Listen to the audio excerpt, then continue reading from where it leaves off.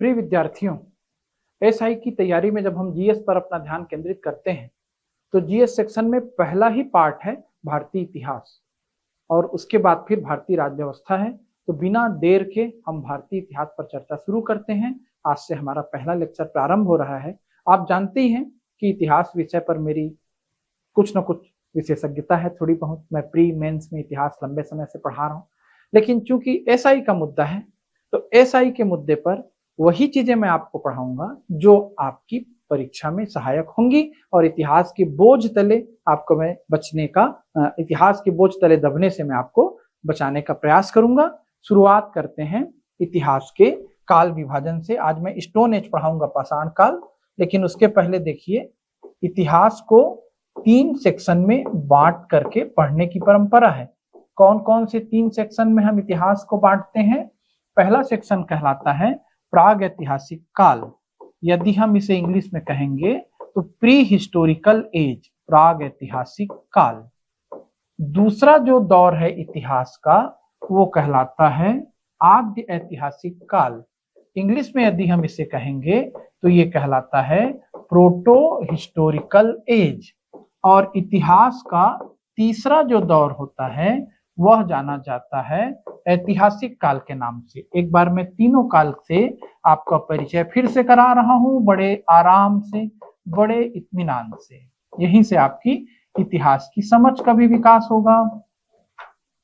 इतिहास या हिस्ट्री, इसका मतलब क्या होता है? यदि हम शब्दों को तोड़ें, इति धन हास, तो इतिहास का शाब्दिक अर्थ होता है ऐसा हुआ था। और यदि हम परिभाषा के रूप में देखें तो इतिहास की परिभाषा ही है अतीत का वर्तमान में अध्ययन, यही इतिहास है। Study of past at present is known as history. अतीत का वर्तमान में अध्ययन यानी बीती बात का आज अध्ययन। अब प्राग ऐतिहासिक काल पर आइए। इसको इंग्लिश में कहा जाएगा प्री हिस्टोरिकल एज। प्री मतलब पहले का, हिस्ट्री का मतलब तो आप जान ही गए, इतिहास से भी पहले का इतिहास प्राग इतिहास है। तो ये कौन सी बात हुई? मतलब वह बात जब हमारे पास लिखित इतिहास नहीं था, वह दौर है प्राग इतिहास। अधिक विस्तार पर मैं बिल्कुल नहीं जा रहा हूं। प्राग इतिहास जब मनुष्य भाषा और लिपि नहीं जानता था, यही काल सरल शब्दों में कहलाता है स्टोन एज, और शुद्ध हिंदी में इसे कहा जाता है पाषाण काल। इस काल को प्राग इतिहास क्यों कहा गया? क्योंकि इस समय हम आदि मानव की कहानी पढ़ेंगे और आदि मानव के लिए भाषा और लिपि अज्ञात थी। वो लिखना पढ़ना नहीं जानता था। उसने दीवारों पर चित्र बनाए हैं पर वो लिपि नहीं है। मैं जो बोल रहा हूं वो भाषा है और उसे मैं जिस तरीके से लिख रहा हूं वो क्या है? लिपि है। तो प्राग इतिहास काल या स्टोन एज का आशय इतिहास का वह दौर जब मनुष्य लिखना और बोलना नहीं जानता था, यानी उसके पास भाषा और लिपि नहीं थी। बोलता भी रहा होगा तो कैसे और किस संकेत में बोलता रहा होगा अभी हम निश्चित रूप से नहीं कह सकते। इसके बाद दूसरा दौर शुरू होता है आद्य ऐतिहासिक काल। इसको इंग्लिश में कहा जाता है प्रोटो हिस्टोरिकल एज। आदि का मतलब होता है शुरू, प्रारंभ। जहां से कोई चीज शुरू हुई वो हुआ उसका आदि। तो यहां से हिस्ट्री शुरू हो रही है, इसलिए इसका नाम है आद्य ऐतिहासिक काल। यहां से मनुष्य ने भाषा और लिपि जान ली, क्योंकि हम अपने पूर्वजों के बारे में उनके लिखित स्रोतों के माध्यम से ही कुछ बेहतर समझ पाते हैं। इसलिए यहाँ पर भाषा लिपि जैसी ज्ञात होती है मनुष्य को, इतिहास का दूसरा दौर शुरू होता है जिसे कहा जाता है प्रोटो हिस्टोरिकल एज। परंतु इस दौर में जो उसने लिपि का प्रयोग किया वह लिपि अपठनीय रही, उसे हम आज तक पढ़ नहीं पाए। और अभी हाल ही में एक विद्वान ने, आप यदि करंट अफेयर जानते होंगे, सिंधु लिपि को पढ़ने का दावा किया है नेट पर। आप यदि जानते होंगे तो जरूर कमेंट करें। तो इस दौर में मनुष्य ने भाषा और लिपि जान ली पर उससे हम आज तक पढ़ नहीं पाए हैं, इसलिए इसे आद्य ऐतिहासिक काल कहा गया। और इस काल में आपको सिंधु घाटी सभ्यता के बारे में मैं अध्ययन कराऊंगा। सिंधु घाटी सभ्यता, इसके बाद तीसरा दौर आता है इतिहास का, ऐतिहासिक काल। यहाँ पर हम पूरी तरह से फिर इतिहास और राजवंशों के बारे में पढ़ना शुरू करेंगे। फिर वही प्राचीन भारत का इतिहास, मध्यकालीन भारत का इतिहास और आधुनिक भारत का इतिहास ऐसे बढ़ते जाएगा। तो अब देर ना करते हुए हम फोकस होते हैं स्टोन एज पर, पाषाण काल पर। तो आप सिंपल तरीके से समझ ही रहे हैं, पाषाण काल का सीधा सीधा मतलब क्या है? मनुष्य का वह दौर, भारतीय सभ्यता का वह दौर जब वह बोलना लिखना नहीं जान रहा था, गुफाओं में रहता था, आदि मानव था। सीधी सी बात है, आदि मानव की संक्षिप्त कहानी। अब इस पाषाण काल को भी, स्टोन एज को भी 3 सेक्शन में बांटा जाता है। सन आप इसमें ऐड कर सकते हैं। जिसको बहुत विस्तार में पाषाण काल को पढ़ना है, मेरे इसी चैनल पर पाषाण काल पे 3-3 वीडियो हैं 1-1 घंटे के। पर एसआई के संदर्भ में इस काल से जुड़े जो भी वन लाइनर फैक्ट या चीजें जो महत्वपूर्ण हैं, उन्हीं को ही हम कवर करेंगे। पाषाण काल में सबसे पहला हिस्सा कहलाएगा पेलियोलिथिक एज। यदि हम हिंदी में बोलेंगे तो पूरा या पूर्व पाषाण काल, पूरा या पूर्व पाषाण काल, यानी पाषाण काल का शुरुआती दौर, पूरा या पूर्व पाषाण काल, कई लाख साल पहले की बात। सन आप इसमें ऐड करेंगे। अभी मैं आपको इसका सन नहीं बता रहा हूं, स्ट्रेस फ्री रखने के लिए। जहां पर से सन की जरूरत होगी सन भी बताऊंगा, जहां पर तारीख की जरूरत होगी तारीख भी बताऊंगा। पूर्व पाषाण काल, आदि मानव की कहानी। इस दौर को मनुष्य के जीवन शैली और प्रकृति में परिवर्तन के आधार पर ही ऐसा बांटा जा रहा है। पहले समझिएगा मनुष्य की जीवन शैली कैसी थी पूरा या पूर्व पाषाण काल में। इस समय मनुष्य था आखेटक एवं खाद्य संग्राहक। वह खेती करना नहीं जानता था, वह जो भी उसे कंद मूल मिलते थे उसका संग्रह करता था और पत्थर के औजारों के माध्यम से जानवरों का वो अपने जीवन चलाने के लिए, उनका मांस खाने के लिए शिकार करता था। इसको इंग्लिश में कहा जाता है Hunter and food gatherer. NCERT लिखती है हंटर एंड फूड गैदरर। ये मनुष्य का प्रारंभिक दौर है। वो गैदरिंग करता था, खाने की चीजों का संग्रह करता था। आखेटक और खाद्य संग्राहक, यही पूर्व पाषाण काल या पूरा पाषाण काल या इंग्लिश का पेलियोलिथिक एज है, हंटर एंड फूड गैदरर।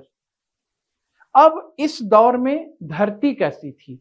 इस दौर में धरती एकदम ठंडी थी। जब आप एकदम लंबी कहानी सुनोगे तो धरती एकदम ठंडी थी। फिर धरती कुछ गर्म होना शुरू हुई तो पूर्व पाषाण काल के बदले कौन सा काल आएगा? मध्य पाषाण काल। जैसे पानी है, ठंडा है, फिर आप उसे गर्म करना शुरू करोगे तो पानी सहसा गर्म नहीं होता। पहले पानी गर्म होता है और फिर 15-20 मिनट बाद या जितने भी समय बाद पानी गर्म होकर खौलने लगता है। तो पहले धरती ठंडी है यानी पानी ठंडा, फिर धरती गर्म हो रही यानी पानी गर्म हो रहा है समझिए, और फिर पानी पर्याप्त टेम्परेचर तक आ जाएगा। अभी खौल नहीं रहा है, भगवान करे धरती गर्म होकर खौले मत। तो जब धरती का टेम्परेचर बहुत बढ़िया हो जाएगा तब का दौर कहलाएगा नवपाषाण काल। और इसके बाद फिर हम सिंधु घाटी पे आ जाएंगे कल के लेक्चर में। इस लेक्चर से चूंकि बहुत गंभीर प्रश्न नहीं आए हैं अभी तक, इसलिए मैं आपको ज्यादा परेशान नहीं कर रहा हूं, आपको बिल्कुल इत्मीनान से बताते जा रहा हूं। यहाँ पर धरती ठंडी है, यहाँ पर धरती गर्म हो रही है और यहाँ पर धरती उस टेम्परेचर पर आ जाएगी जहां से मनुष्य की समस्त गतिविधियां आसान हो जाएंगी। इसके बाद भी धरती का गर्म होना जारी है। अभी भी हम ग्लोबल वार्मिंग पढ़ते हैं जो खतरे की निशानी है। तो अभी देखें पहले दौर पे मनुष्य क्या कर रहा था? आखेटक था और क्या था? खाद्य संग्राहक था, हंटर एंड फूड गैदरर। वो जो पत्थर के औजार उपयोग करता था वो बड़े बड़े औजार थे। उसके द्वारा उपयोग किए गए औजारों में से 2-3 नाम आएंगे। एक आएगा chopper chopping culture, chopper chopping culture, chopper chopping संस्कृति। ये वाला था सोहन घाटी में। सिंधु नदी की एक सहायक नदी है सोहन नदी। इस दौर में सोहन नदी घाटी में आदि मानव द्वारा प्रयोग में लाए गए चॉपर और चॉपिंग जैसे हथियार मिले। अब ये नाम सुन करके आपको परेशान नहीं होना है, चॉपिंग का काम सब करते हैं किचन में, सब्जी काटना। तो चॉपर, एक तरफ यदि पत्थर के औजार में धार है तो चॉपर, दोनों तरफ यदि हमने धार बना लिया तो क्या बन गया, वो चॉपिंग। चॉपर चॉपिंग कल्चर यानी आदि मानव के द्वारा बनाई गई ये आकृतियां जिसके माध्यम से वो कुछ काटने का काम करता था, इन्हें कहा गया चॉपर और चॉपिंग। ये सोहन नदी की घाटी में मिले, इसलिए इस कल्चर का नाम हो गया चॉपर चॉपिंग कल्चर। आदि मानव के द्वारा प्रयोग में लाया गया दूसरा हैंड एक्स कल्चर, हस्त कुठार, हैंड एक्स कल्चर। ये दक्षिण भारत में मिला, मद्रास, इसलिए इसे मद्रासी संस्कृति कहा गया, मद्रासी संस्कृति। हैंड एक्स कल्चर या मद्रासी संस्कृति, हैंड एक्स को हिंदी में कहा जाता है हस्त कुठार। हस्त कुठार, कुठार मतलब कुल्हाड़ी। तो यदि चॉपर और चॉपिंग में हम हैंडल लगा लें, इस तरीके से चॉपर बना है, इसमें थोड़ा सा हैंडल लगा लें, लोहे का नहीं पत्थर का ही अभी औजार है, तो ये बन गया हस्त कुठार। तो जहां पर हस्त कुठार मिला उस कल्चर का नाम पड़ गया hand axe culture. Chopper chopping hand axe ये आदि मानव के हथियार थे। ये दक्षिण भारत में हैंड एक्स मिला, इसलिए ये मद्रासी संस्कृति कहलाया। और भारत में पहली बार हैंड एक्स को जिसने खोजा उस व्यक्ति का नाम था रॉबर्ट ब्रूस फूट। और इसीलिए रॉबर्ट ब्रूस फूट को भारत में जो पुरातत्व है या जो आर्कियोलॉजी है या जो पाषाण काल है उसका जनक कहा जाता है, क्योंकि उसी ने पहली बार पुरातत्व में पाषाण काल की ओर एक उपकरण खोजकर लोगों का ध्यान आकर्षित कराया। तो यहाँ पर आपको क्या याद रखना है, पूरा पाषाण काल का मतलब, पेलियोलिथिक एज का मतलब वह दौर जब मनुष्य हंटर और फूड गैदरर है। दूसरा क्या है आपको याद रखना है, इस दौर के हथियार चॉपर चॉपिंग पेबल और हैंड एक्स। इस दौर से जुड़े एक व्यक्ति का नाम रॉबर्ट ब्रूस फूट। फिर इस दौर से जुड़ी हुई जगहों के नाम यदि आप याद रखना चाहें तो एक तो सोहन घाटी हो गया, और फिर मद्रास की कुछ जगहें दक्षिण भारत की, बदमदुरै, अतिरपक्कम, काफी डीप हो जाता है वो। एक जगह जरूर याद रखिएगा जो पूरा पाषाण काल, मध्य पाषाण काल, नव पाषाण काल, तीनों जगहों के अवशेषों के लिए जानी जाएगी। उस जगह का नाम है भीमबेटका, मध्य प्रदेश में है। भीमबेटका का नाम जरूर याद रखें। भीमबेटका पर चाहें तो एक छोटा सा शॉर्ट नोट्स भी बना सकते हैं। तो पूर्व पाषाण काल, इसकी जगहें। अब धरती थोड़ी सी गर्म हो रही है, आदि मानव की गतिविधियां थोड़ी सी बढ़ रही है। उसने आखेटक और खाद्य संग्राहक का काम तो जारी रखा, साथ ही वह पशु पालन भी करने लगा। तो अब ये कहलाएगा आखेटक, साथ में खाद्य संग्राहक, और साथ में वह कहलाने लगेगा पशुपालक। आखेटक, खाद्य संग्राहक एवं क्या कहलाएगा आदि मानव, अब पशुपालक कहलाएगा। हंटर एंड हर्डर कहलाने लगेगा। यहाँ पर हंटर एंड फूड गैदरर है, और यहाँ पर क्या हो जाएगा, हंटर एंड हर्डर, वो पशुपालक भी बन गया। और पशुपालन से संबंधित भारत की सबसे प्राचीन जगहों के नाम आपको याद रखने हैं। ये जगहें बार बार पूछी जाती हैं। ये जगहें हैं आदमगढ़ और बागोर। प्राचीन भारत में पाषाण काल में, मध्य पाषाण काल की कोई दो जगहें यदि आप मेरी तरफ से याद रखना चाहें तो उन जगहों का नाम हमेशा आपको याद रखना है आदमगढ़ और बागोर। यहाँ से पशुपालन का प्राचीनतम प्रमाण मिला है। पशुपालन का ओल्डेस्ट एविडेंस भारत में एनिमल हस्बेंड्री का सबसे पुराना प्रमाण, सबसे प्राचीन प्रमाण कहां से मिला है, आदमगढ़ और बागोर से। अगली चीज जो मध्य पाषाण काल के बारे में याद रखना है कि मनुष्य के पाषाण उपकरण पूरा पाषाण काल की तुलना में थोड़े से छोटे हो गए, छोटे और प्रभावी। तो छोटे उपकरण बड़े उपकरणों के बदले में ये छोटे उपकरणों का दौर था, इसलिए इंग्लिश में माइक्रोलिथिक एज कहलाता है, या हिंदी में कहा जाता है लघु या सूक्ष्म पाषाण उपकरण। लघु या सूक्ष्म पाषाण उपकरण किस काल से संबंधित हैं? तो लघु या सूक्ष्म पाषाण उपकरण किस काल से संबंधित है बच्चों? मध्य पाषाण काल से संबंधित है। इतनी बातें। दो जगहों के नाम आदमगढ़ बागोर, लघु और सूक्ष्म पाषाण उपकरणों का प्रयोग, ये सब किस दौर से संबंधित है? मध्य पाषाण काल। इसके अतिरिक्त भी ढेरों बातें हैं, मैं बार बार बोल रहा हूँ, एक एक घंटे के 3 लेक्चर भी आप सुन सकते हैं इसी चैनल पे। जिसको हिस्ट्री से डर लगता है उसको मैं और नहीं डराना चाह रहा हूँ। मुझको पता है बहुत बड़ा है हिस्ट्री का सेक्शन और कहाँ से एसआई में ज्यादा प्रश्न आएंगे ये भी मेरा अनुभव बताएगा, इसलिए मैं यहाँ से जल्दी आपको बाहर निकालना चाह रहा हूँ। स्टोन एज पे मैं आपका पीएचडी नहीं करा रहा हूँ। अब आ जाइए नवपाषाण काल, नियोलिथिक एज। यहाँ पर धरती ऐसी गर्म हो गई जब मनुष्य को हर प्रकार की सहूलियतें मिलने लगी।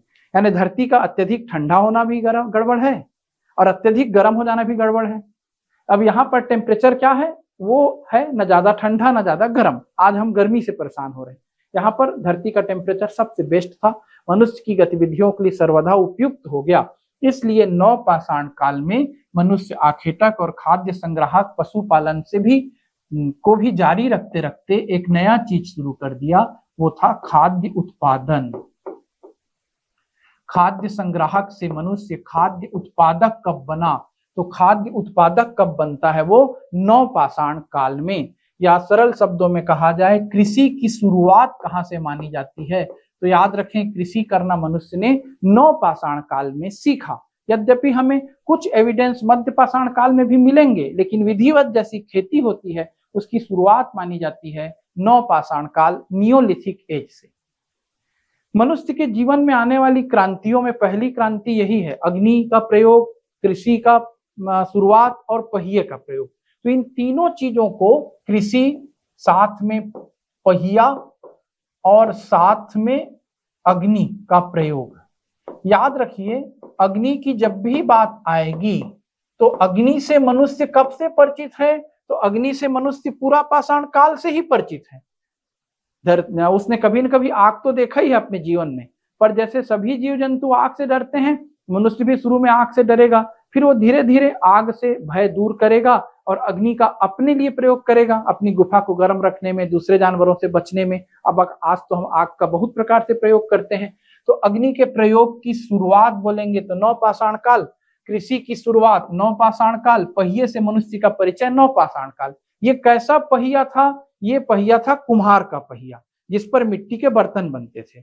और एक बार जब पहिया घूमा तो फिर दुनिया घूम गई। आज पूरी दुनिया पहिए पे चल रही है। आज रेलगाड़ी पहिए पे चलती है, हवाई जहाज पहिए पे दौड़ करके फिर उड़ता है, घर का पंखा, पता नहीं कितने उपकरण, इलेक्ट्रॉनिक मोटर, सब किस पर चल रही हैं? पहिए के घूमने से संचालित हो रही हैं। तो पहिए को जब मनुष्य ने पहली बार जाना, ये भी बहुत बड़ी घटना, ये नियोलिथिक एज की घटना है। कृषि को जब जाना, ये नियोलिथिक एज की घटना है। अग्नि को लेकर के मैं आपको बता रहा हूँ, अग्नि से उसका परिचय पहले से था, बेहतर प्रयोग उसने नवपाषाण काल में शुरू किया होगा।